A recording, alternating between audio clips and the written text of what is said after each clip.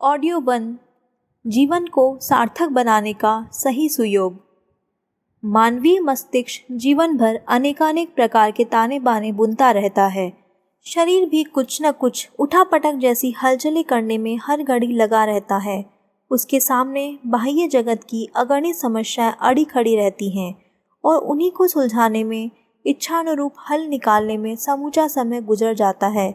इतने पर भी यह देखा जाता है कि कदाचित ही मनोरथों में से किसी का यति कंचित अंश ही किसी के हाथ लगता है। अधिकांश तो खाली हाथ आते और खाली हाथ ही लौट जाते हैं। असंतोष, विक्षोभ और उन्माद ही अपने अपने रंग चढ़ाते और मजे चखाते रहते हैं। सुर दुर्लभ मनुष्य जीवन प्राय इसी प्रकार भ्रमते भ्रमाते गुजर जाता है और भगवान के दरबार में वापस लौटने पर अपराधी की तरह लज्जा से आंखें सिर झुकाए पश्चाताप से जलते हुए ही जा खड़ा होना होता है। बड़ी भूल यह होती रहती है कि संसार भर का ज्ञान समेटने के लिए ललायित व्यक्ति ज्ञानवान विद्वान होने का तो दावा करता रहता है, पर ज्ञान इतना भी नहीं पाता कि वह स्वयं क्या है, किस लिए आया है, क्या करना और कहाँ जाना है। इस आत्मविस्मृति के कारण वह भुलावों में रहता, छलावों में उलझता, अभावों के लिए रुदन करता कराता किसी प्रकार मौत के दिन पूरे करता है। टॉपिक 1, स्वरूप समझें, लक्ष्य पहचानें। यदि अपने स्वरूप और लक्ष्य की जानकारी रही होती तो जिंदगी को दांव पर लगाकर इस प्रकार न हारना पड़ता जिस प्रकार की आम लोग हारे जुआरी की तरह सब कुछ गंवाकर भारी उद्विग्नता के बीच विकट दुर्भाग्य का अनुभव करते हैं। अपने को चतुर और समर्थ समझने वालों तक को जब ऐसी दुर्गति के बीच दिन गुजारने पड़ते हैं, तब उन नर वानरों के संबंध में क्या कहा जाए जो पेट और प्रजनन के अतिरिक्त और कुछ सोच या कर ही नहीं पाते, जिन्हें कोलू की तरह पिलते और पिलाते रहना ही भाग्य समझकर किसी प्रकार जीवित रहना पड़ता है। आत्मबोध के अभाव में दिशा ज्ञान से रहित उड़ने वाली पतंग की तरह कुछ उचकने मचकने के उपरांत धराशायी होना और पानी के बबूले की तरह अपने अस्तित्व का अंत करना पड़ता है। समझा जाना चाहिए कि मनुष्य जीवन ईश्वर की विभूति वैभव में सबसे ऊंचे दर्जे की अनुकंपा संपदा है। इस कलाकृति को उसने बड़े अरमानों के साथ संजोया है। उसे सृष्टि का मुकुटमणि और अपना राजकुमार घोषित किया है।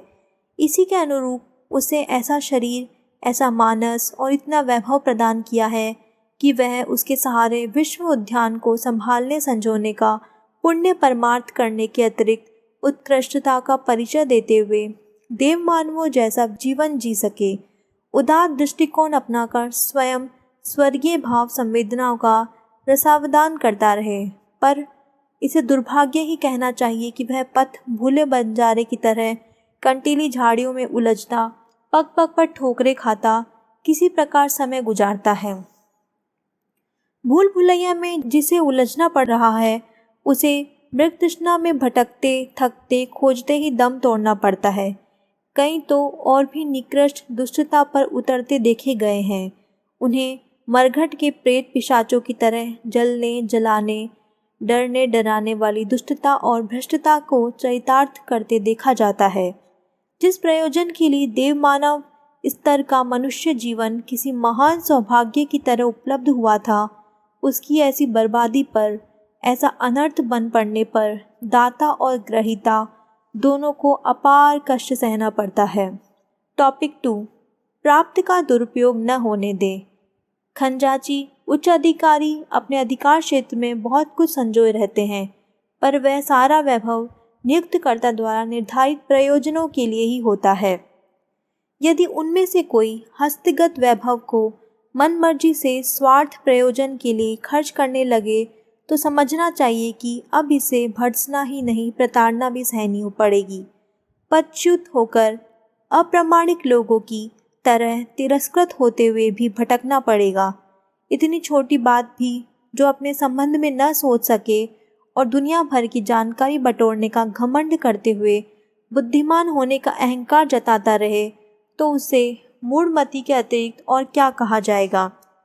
जन्मा, कुछ दिन खेला कूदा, किशोरावस्था आने पर कल्पना की रंगीली उड़ानें भरना, युवा होते होते विवाह बंधन में बंधना, जो बोझ लादा हुआ है उसे वहन करते रहने के लिए दिन रात कमाने के लिए खटते रहना, बढ़ाए हुए परिवार की बढ़ती समस्या को जिस प्रकार किसी हद तक सुलझाना, ढलती आयु के साथ अशक्तता और रुग्णता का चढ़ दौड़ना, समर्थ संतानों द्वारा समस्त वैभव पर कब्जा जमा लेना, स्वयं को असहाय अपमानित स्थिति में दिन गुजारने के लिए बाधित होना और रोते कलपते मौत द्वारा दबोच लिया जाना, क्या यही है आम लोगों की नियति?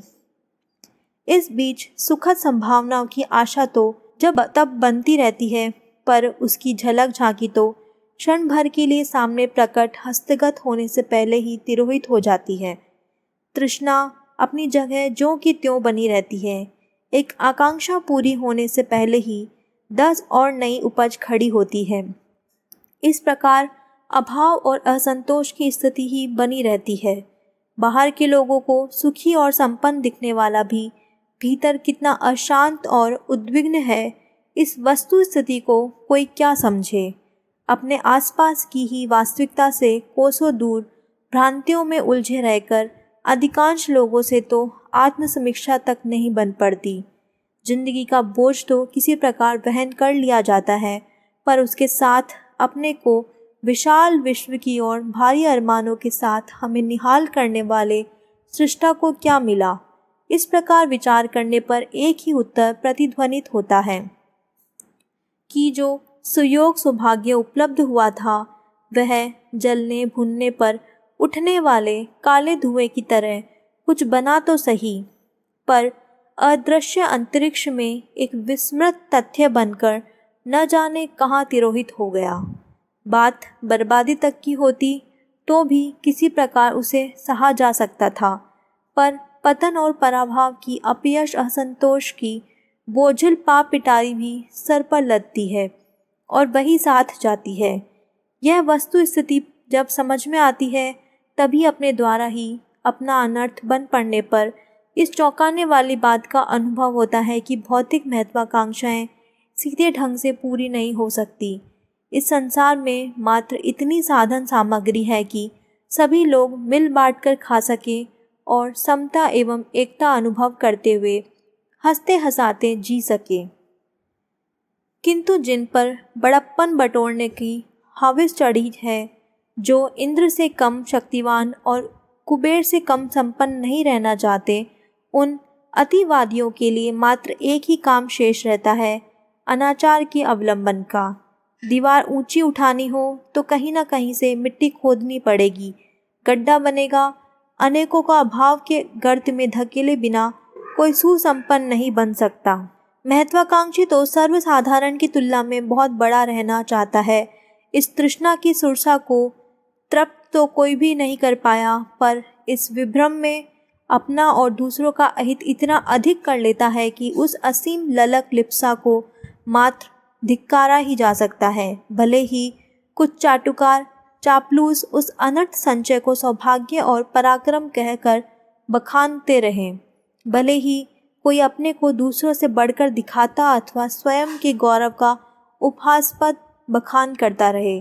यही है वह समूचा भ्रम जंजाल जिसमें उलझकर जीवन संपदा को फुलझड़ी जैसा कौतुक कौतूहल मात्र बनकर रह जाना पड़ता है। नशेबाजों जैसी अर्ध विक्षिप्तता जब तक सिर पर चढ़ी रहती है तब तक तो कुछ पता ही नहीं चलता कि अपने ही हाथों अपने ऊपर कितना अनर्थ लादा जा रहा है, पर जब आंखें खुलती हैं तब बहुत देर हो चुकी होती है। तब न तो पीछे लौटना बन पड़ता है और न सुधार करके नए सिरे से गिनती गिनते ही बन पड़ती है। मनुष्य जीवन की संपदा निरर्थक विडंबनाओं में गंवा देने पर भावी संभावनाएं घोर संकट में भरी पूरी हो सामने आ खड़ी होती हैं। 84 लाख योनियों में फिर से कष्ट साध्य परिभ्रमण, पापों के दंडों से भरी पूरी लंबे समय की नरकीय यातनाएं, सताए बहकाए गए लोगों की अभिशाप भरी हाय, अपयशी लंबे समय तक चलने वाली भर्त्सना, बस इतना भर शेष रह जाता है। जीवन की पूर्णावधि हो जाने पर पीछे के लिए क्या बुद्धिमानी, पुरुषार्थ, परायणता और सफलता, इसी समूचे जाल जंजाल को कहते हैं। इतने पर भी मूर्खों को लज्जित होना तक आवश्यक प्रतीत नहीं होता और मरते मरते भी मूछें मरोड़ते और शेखी बगाड़ते रहते हैं। टॉपिक 3, विवेक का संबल लें। अच्छा होता कि यदि सघन अंधकार में भटकते हुए जीवन धर्म को कहीं से प्रकाश की एक किरण हस्तगत होने का सुयोग बनता और भ्रांतियों की भयानकता से उबरने का सुयोग्य प्राप्त होता। अपने संबंध में विचार करने और जो बचा है उसका सही सदुपयोग करने कुछ तो बना लेने का परामर्श प्राप्त होता, पर वह भी कहाँ बन पाता है। कदाचित कहीं से उपयोगी सुझाव उभरता है तो उसे अनसुना कर दिया जाता है, प्रकाश की ओर से मुंह मोड़ लिया जाता है। इस दयनीय दुर्मति और उसके साथ जुड़ी हुई दुर्गति का आकलन करने वाला विवेक हाँ हंत कहकर पेट में घूसा मारकर मुँह को हाथों से छिपाकर किसी कोने में जा बैठता है, जहाँ लाभ को हानि और हानि को लाभ समझने की सनक ठंडे उन्माद की तरह सिर पर सवार हो रही हो। वहाँ कोई करे भी क्या, कहे भी क्या। इस भौंडे संसार में ऊपर से नीचे गिराने का ही प्रचलन है। हर वस्तु ऊपर से नीचे गिरती है। आकाश से विचरने वाली उल्काएं तक जमीन में आ गिरती हैं। ऊंचाई में उड़ने वाले बादल तक गुरुत्वाकर्षण से खिंचकर जमीन पर आ गिरते हुए और धूल चाटते दिखते गए हैं। आदम हवा तक ऊपर से नीचे कूद पड़े थे। हिमालय की बर्फ पिघलकर गहरे गड्ढों वाली नदी बनकर ही खारे समुद्र में जा मिलती है, जिसका पानी पशु पक्षी तक नहीं पीते। यही है इस संसार का पतोन्मुख प्रचलन, जिसका अनुसरण करने वाले लोग अधोगामी चिंतन और प्रयास अपनाते हैं। ऐसे ही लोग बड़ी संख्या में पाए और अपने इर्द गिर्द मक्खी मच्छरों की तरह विद्यमान दिखाई पड़ते हैं। इन बहुसंख्यकों का अनुकरण करके भला कोई अपना हित साधन कर सकता है? उनके प्रश्न भी ऐसे ही अधोगामी ही होते हैं तथा कथित स्वजन संबंधी भी ऐसे ही सुझाव देते और आग्रह करते देखे जाते हैं। उनका बुलावा अपने जैसी काक मंडली में आ बैठने के अतिरिक्त और कुछ हो ही नहीं सकता। अपने संचित कुसंस्कार भी उसी कीचड़ में लौट चलने के लिए प्रेरित करते हैं जिनमें मुद्दतों रहना पड़ता है। दूसरे अधिकांश लोग भी अंधी भेड़ों की तरह उसी दिशा में बढ़ते चले जा रहे हैं।